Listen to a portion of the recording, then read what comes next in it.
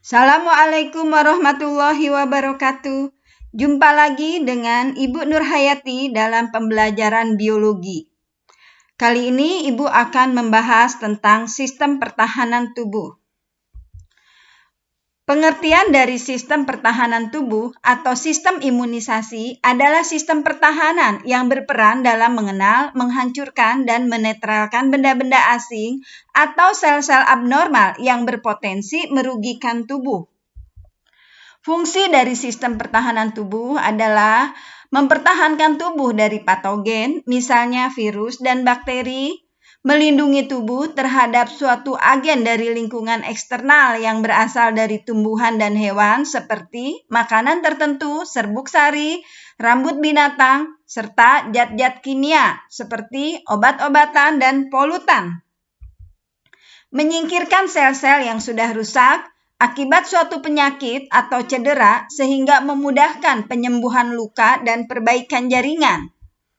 Mengenali dan menghancurkan sel abnormal seperti kanker. Sistem pertahanan tubuh terbagi menjadi non-spesifik dan spesifik. Non-spesifik terbagi menjadi eksternal dan internal.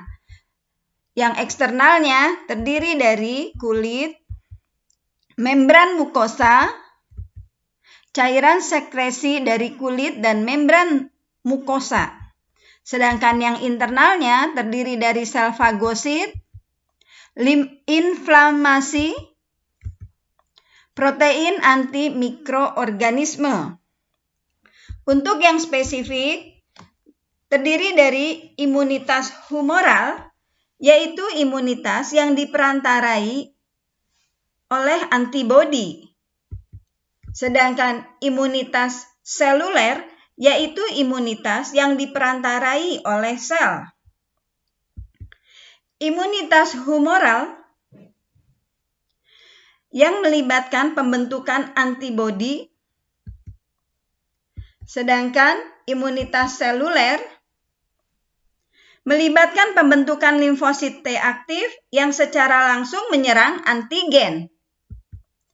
Perbedaan sistem pertahanan tubuh yang non-spesifik merupakan imunitas bawaan sejak lahir. Pertahanan tubuh ini dapat memberikan respon terhadap berbagai antigen untuk melindungi tubuh. Sedangkan pertahanan tubuh spesifik merupakan sistem kompleks yang memberikan respon imunitas terhadap antigen yang spesifik. Antigen yang spesifik contohnya bakteri, virus, toksin, atau zat lain yang dianggap asing. Contoh pertahanan tubuh non-spesifik eksternal. Terdiri dari kulit. Kulit yang sehat dan utuh menjadi garis pertahanan pertama terhadap antigen. Sebaliknya, kulit yang rusak atau hilang akan meningkatkan resiko infeksi. Yang kedua adalah membran mukosa, yaitu mensekresikan mukus sehingga dapat memerangkap antigen dan menutup jalan masuk ke sel epitel.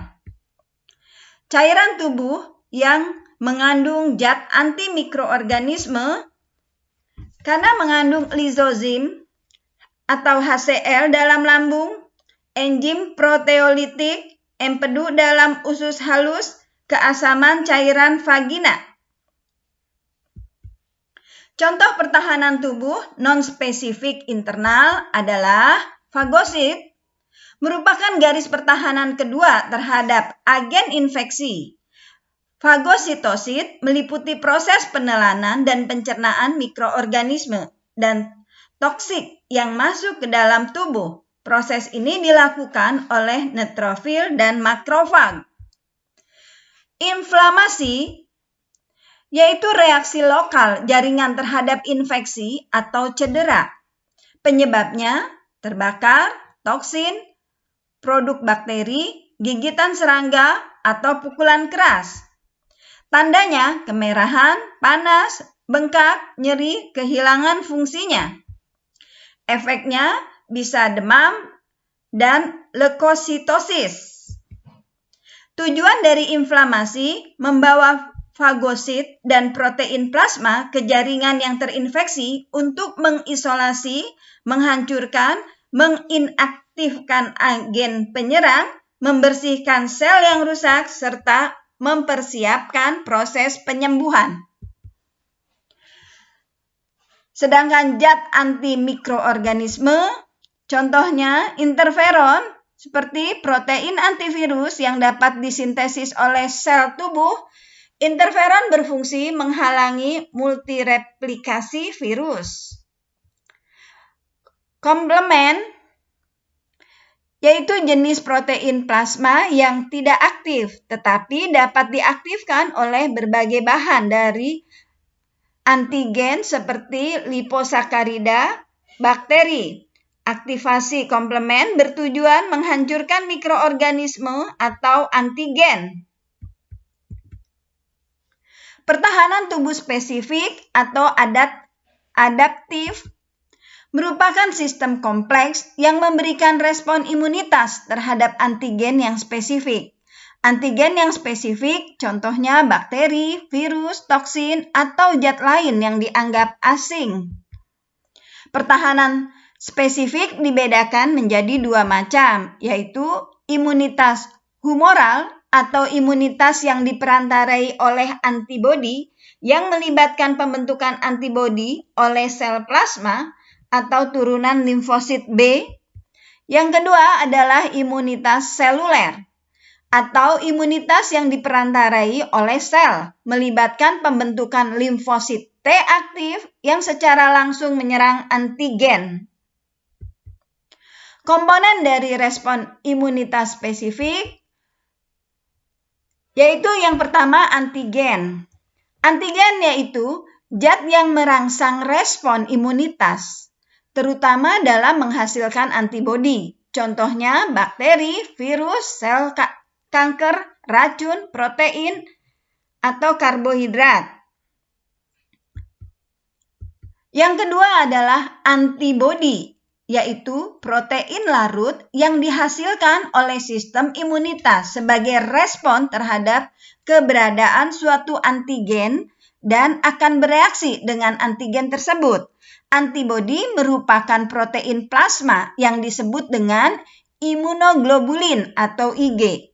Ada 5 kelas imunoglobulin, yaitu IgA berfungsi untuk melawan mikroorganisme yang masuk ke dalam tubuh. IgA dapat ditemukan dalam zat sekresi seperti keringat, ludah, air mata, ASI atau air susu ibu, dan sekresi usus.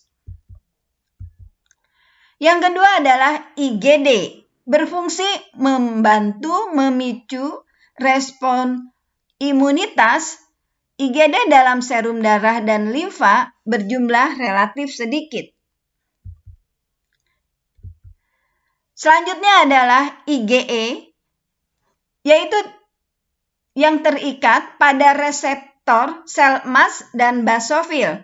IgE menyebabkan pelepasan histamin dan mediator kimia lainnya. IgE dapat ditemukan dalam darah dengan konsentrasi yang rendah, namun kadarnya akan meningkat selama reaksi alergi dan pada penyakit parasitik tertentu.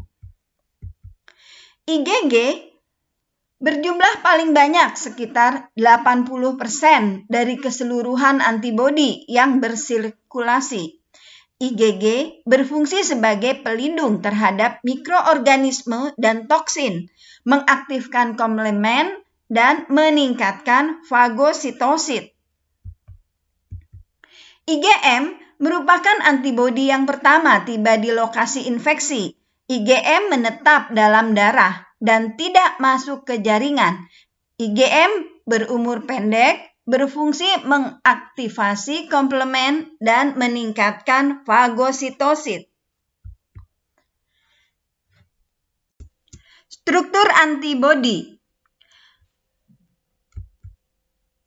Pada umumnya, molekul antibodi berbentuk seperti huruf Y yang terdiri atas bagian-bagian sebagai berikut. 2 rantai berat dan 2 rantai ringan yang dihubungkan oleh jembatan disulfida. daerah variabel V, antar molekul memiliki rangkaian asam amino yang berbeda dan membentuk suatu reseptor untuk antigen spesifik. Daerah konstan atau C menstabilkan sisi pengikat antigen. Daerah hinge atau engsel memungkinkan kedua lengan Y dapat membuka atau menutup untuk mengakomodasi pengikatan terhadap dua determinan antigen yang terpisah pada jarak tertentu seperti yang ditemukan pada permukaan bakteri. Perbedaan pertahanan tubuh non-spesifik dan spesifik adalah sebagai berikut. Untuk pertahanan tubuh non-spesifik, mekanisme kerjanya cepat, sedangkan pertahanan tubuh spesifik, mekanisme kerja lambat. Untuk pertahanan tubuh non-spesifik, waktu respon dalam waktu menit hingga jam selalu siap, sedangkan pertahanan spesifik dalam hitungan hari tidak siap sampai terpajan alergen. Pajanan atau kontak dengan antigen untuk pertahanan tubuh non-spesifik tidak perlu, sedangkan kontak dengan antigen untuk pertahanan tubuh yang spesifik harus ada pajanan sebelumnya. Respon memori pada pertahanan non-spesifik tidak ada, sedangkan pada pertahanan yang spesifik, memori menetap, respon lebih baik pada infeksi serupa berikutnya.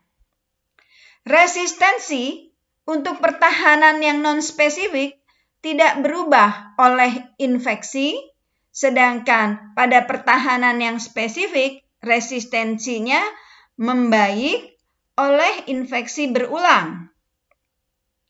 Sasaran reaksi untuk pertahanan tubuh non-spesifik pada umumnya efektif terhadap semua mikroorganisme, sedangkan untuk pertahanan yang spesifik, sasaran reaksinya spesifik terhadap mikroorganisme yang sudah dikenali sebelumnya. Protein darah untuk pertahanan non-spesifik adalah komplemen, sedangkan untuk pertahanan tubuh spesifik adalah limfosit. Komponen cairan darah untuk pertahanan non-spesifik banyak peptide, mikroorganisme, dan protein, sedangkan komponen cairan darah untuk pertahanan yang spesifik adalah antibodi. Mekanisme pengikatan antibodi ke antigen dapat melalui beberapa cara. Di antaranya adalah netralisasi. Terjadi jika antibodi menutup situs determinan antigen sehingga antigen menjadi tidak berbahaya dan sel fagosit dapat mencerna antigen tersebut.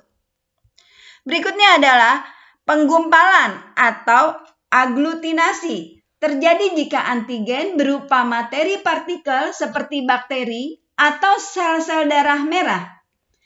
Molekul antibodi memiliki paling tidak 2 tempat pengikatan antigen. Contohnya, IgM dapat mengikat 5 bakteri. Selanjutnya, kompleks besar ini dengan mudah difagositosis oleh makrofag.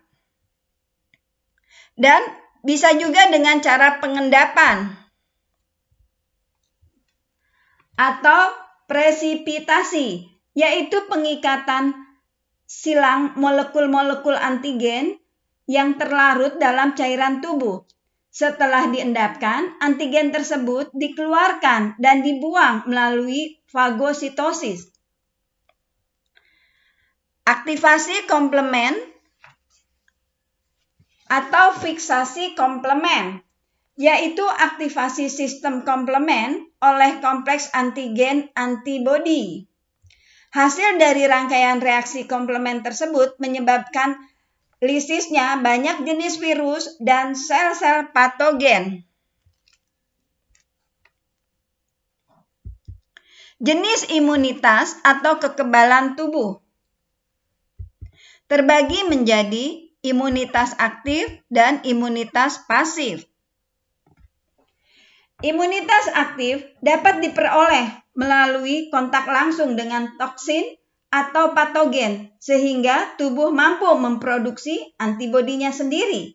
Sedangkan imunitas pasif terjadi jika antibodi dari suatu individu dipindahkan ke individu lainnya. Untuk imunitas aktif terdiri dari imunitas aktif alami, terjadi jika seseorang terpapar suatu jenis penyakit, kemudian sistem imunitas memproduksi antibodi dan limfosit khusus. Imunitas ini dapat bersifat seumur hidup, contohnya cacar dan campak, atau sementara, contohnya gonorhu dan pneumonia. Dan imunitas aktif buatan merupakan hasil vaksinasi. Vaksin adalah patogen yang mati atau dilemahkan atau toksin yang telah diubah. Vaksin dapat merangsang respon imunitas, tetapi tidak menyebabkan penyakit. Contohnya vaksin untuk penyakit TBC yaitu BCG, vaksin untuk penyakit poliomyelitis yaitu vaksin polio, dan lain sebagainya. Sedangkan imunitas pasif terdiri dari imunitas pasif alami, terjadi melalui pemberian ASI kepada bayi dan saat IgG ibu masuk ke plasenta, sehingga dapat memberikan kekebalan sementara untuk beberapa minggu dan beberapa bulan setelah kelahiran. Imunitas pasif buatan terjadi melalui injeksi antibodi dalam serum yang dihasilkan oleh orang atau hewan yang kebal karena pernah terpapar antigen tertentu. Contohnya, antibodi dari kuda yang kebal terhadap gigitan ular dapat diinjeksi kepada manusia yang digigit ular sejenis. Sel-sel yang terlibat dalam respon imunitas yaitu sel B, sel T, makrofag, dan sel NK atau natural killer.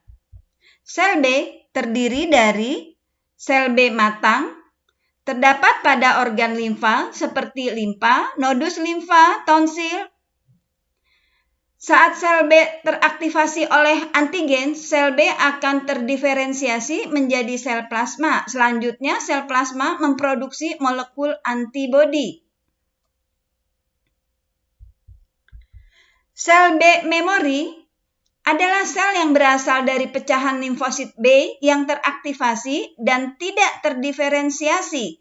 Sel B memori menetap pada jaringan limfoid dan berfungsi dalam respon imunitas sekunder atau merespon antigen perangsang pada pajanan selanjutnya. Sel T terdiri dari sel T yang memproduksi limfosit, yaitu sel limfosit yang mampu mengenali dan membedakan jenis antigen atau patogen spesifik. Sel T memori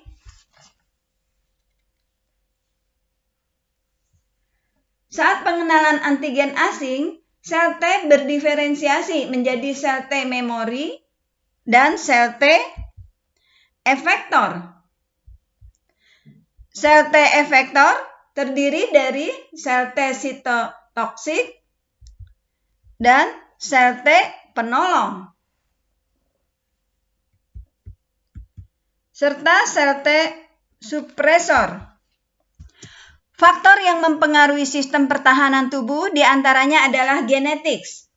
Genetik atau keturunan yaitu kerentanan terhadap penyakit secara genetik. Contohnya, seseorang dengan riwayat keluarga diabetes mellitus akan berisiko menderita penyakit tersebut dalam hidupnya. Penyakit lain yang dipengaruhi oleh genetik yaitu kanker, alergi, penyakit jantung, penyakit ginjal, atau penyakit mental. Yang kedua adalah fisiologis, yaitu melibatkan fungsi organ-organ tubuh. Contohnya, berat badan yang berlebihan dapat menyebabkan sirkulasi darah kurang lancar sehingga meningkatkan kerentanan terhadap penyakit. Yang ketiga adalah stres. Stres dapat mempengaruhi sistem kekebalan tubuh karena melepaskan hormon seperti neuroendokrin, glukokortikoid, dan katekolamin. Stres kronis dapat menurunkan jumlah sel darah putih dan berdampak buruk pada produksi antibodi. Yang keempat adalah usia. Dapat meningkatkan atau menurunkan kerentanan terhadap penyakit tertentu. Contohnya, bayi yang lahir secara prematur lebih rentan terhadap infeksi daripada bayi yang lahir normal. Pada usia 45 tahun atau lebih, resiko timbulnya penyakit kanker dapat meningkat. Hormon bergantung pada jenis kelamin. Wanita memproduksi hormon estrogen dan meningkatkan sintesis IgG dan IgA sehingga menjadi lebih kebal terhadap infeksi daripada pria. Sementara itu, pria memproduksi androgen yang bersifat memperkecil resiko penyakit autoimun, sehingga penyakit autoimun lebih sering dijumpai pada wanita. Olahraga, jika dilakukan secara teratur, akan membantu meningkatkan aliran darah dan membersihkan tubuh dari racun. Tidur, jika kurang dari cukup, akan menyebabkan perubahan pada jaringan sitokin yang dapat menurunkan imunitas seluler sehingga kekebalan tubuh menjadi melemah. Nutrisi, seperti vitamin dan mineral, diperlukan dalam pengaturan sistem imunitas. Protein diperlukan dalam pembentukan imunoglobulin dan komplement, namun kadar kolesterol yang tinggi dapat memperlambat proses penghancuran bakteri oleh makrofag. Yang kesembilan adalah pajanan zat berbahaya. Contohnya, bahan radioaktif, pestisida, rokok, minuman beralkohol, dan bahan pembersih kimia mengandung zat-zat yang dapat menurunkan imunitas. Racun tubuh atau sisa metabolisme jika tidak berhasil dikeluarkan dari tubuh akan mengganggu kerja sistem imunitas. Penggunaan obat-obatan, terutama penggunaan antibiotik yang berlebihan, menyebabkan bakteri lebih resisten sehingga ketika bakteri menyerang lagi, sistem kekebalan tubuh akan gagal melawannya. Program imunisasi adalah kegiatan pemberian kekebalan tubuh terhadap suatu penyakit tertentu. Seseorang yang kebal terhadap suatu penyakit belum tentu kebal terhadap penyakit lainnya. Program imunisasi bertujuan untuk menurunkan angka terjadinya wabah dan kematian akibat penyakit infeksi yang dapat dicegah dengan imunisasi. Imunisasi biasanya dilakukan dengan cara memasukkan vaksin, misalnya virus atau bakteri yang sudah dilemahkan, ke dalam tubuh melalui suntikan atau tetesan ke dalam mulut, yang bertujuan merangsang pembentukan zat antibodi atau sistem kekebalan dalam tubuh seseorang terhadap antigen tersebut. Jenis-jenis imunisasi, yaitu imunisasi BCG, dilakukan untuk mencegah penyakit TBC. Jenis imunisasi ini diberikan pada bayi yang baru lahir sampai usia kurang dari 2 bulan.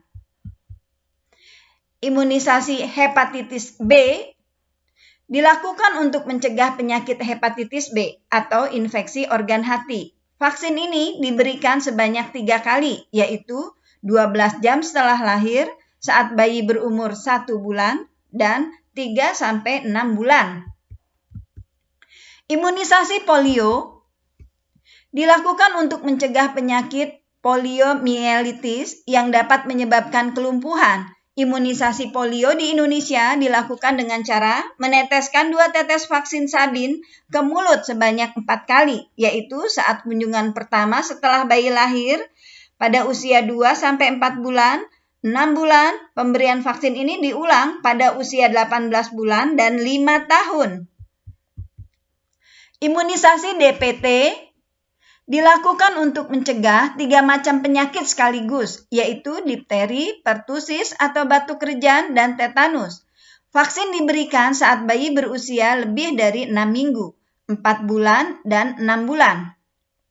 Pemberian vaksin diulang pada usia 18 bulan, 5 tahun, dan 12 tahun dengan vaksin DT atau difteri tetanus atau TT, tetanus toksoid, melalui program BIAS atau Bulan Imunisasi Anak Sekolah SD kelas 6.